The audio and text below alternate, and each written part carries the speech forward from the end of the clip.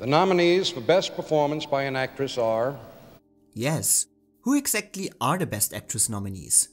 In 1970, this question was not asked in a "oh, who was nominated for an Oscar" kind of way, but really to ask, who are these women? As Walter Matthau said, None of them has ever been nominated before. Some of them are making their first appearances on the screen. Okay, but obviously this does not mean that a performer has to be unknown. Various actresses were nominated at the Oscars for their movie debuts or their star-making roles. Mary Poppins, practically perfect in every way. But of course, that's just it. A star-making role, meaning by the time the Oscars came around, these newcomers have turned into well-known celebrities.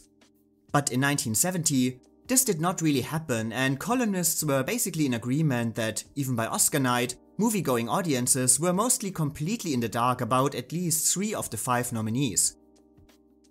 And nominee number 4 was maybe a cultural phenomenon, but still in no way a household name.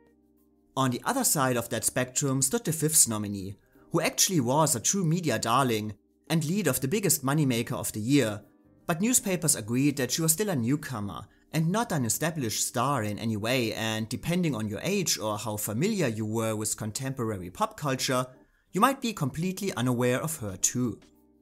Following a decade that included long-standing and quite simply world-renowned nominees like Elizabeth Taylor, Shirley MacLaine, Sophia Loren, Bette Davis, Audrey Hepburn or Natalie Wood, 1970 was certainly different. Essentially a true who's who of... who? This is a star. Ladies and gentlemen, Miss Katharine Hepburn.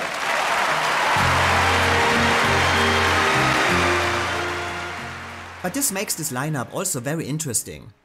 Yes, there was an outcry about a lack of good female roles, which led to this group of mainly unknown contenders and, let's be honest, mostly forgotten performances, and I doubt that anyone would put 1970 on a list of greatest best actress lineups of all time. But this doesn't mean that the actual 5 nominees should be dismissed too easily, because as always, there is more to this category than meets the eye. Fascinating actresses, intriguing stories, unique performances. And all of them are superb actresses. And even though all 5 nominees were considered newcomers in one way or another, there is a lot of variety to their backgrounds and in this category as a whole.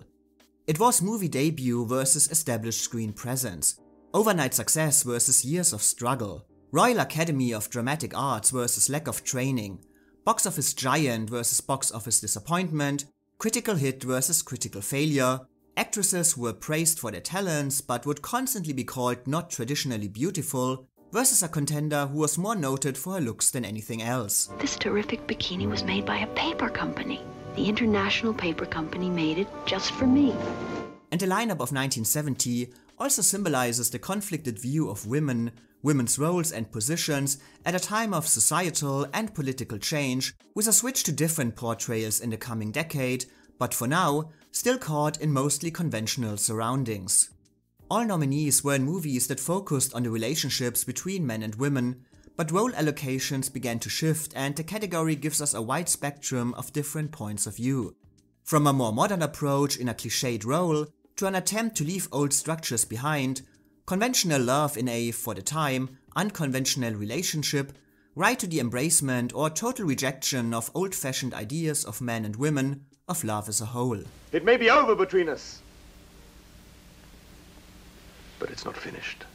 It's maybe not the most exciting Best Actress lineup of all time, I give you that, but it happened in an exciting time and it seems that only the circumstances, the shift in how leading ladies tended to be seen, allowed a fascinating and completely one-of-a-kind actress like Glenda Jackson to rise to fame and become one of the most unlikely Best Actress winners of all time. So check out the other videos in the 1970 Best Actress review series, where I will cover all nominated actresses and performances in details.